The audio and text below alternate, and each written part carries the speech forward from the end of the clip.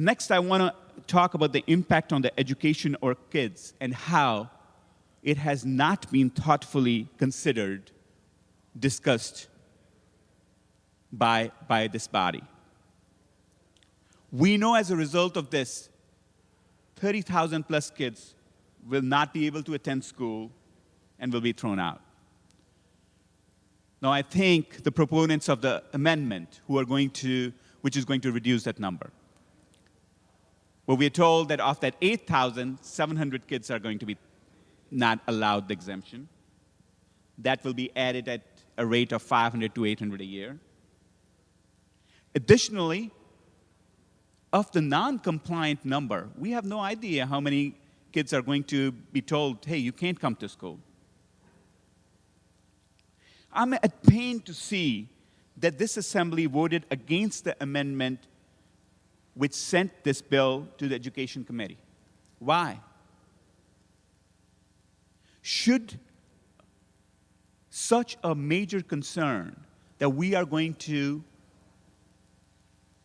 take away the right of education for few thousand children not big enough for us to study, to get testimony?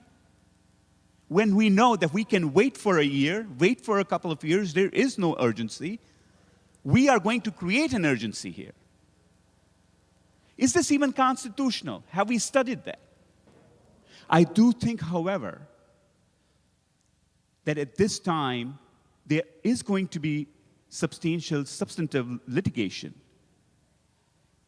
and that cannot be avoided. Now, I do understand that the position of those who may be defending that litigation is that they will prevail. I heard that there are other bills on the heel of this bill to help provide education to those who we're going to deprive the education of. Because I do believe that all 151 members of this House will agree that even depriving one child from education is one too many.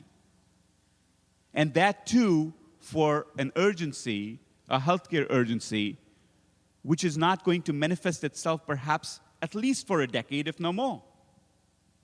Because the numbers just don't add up.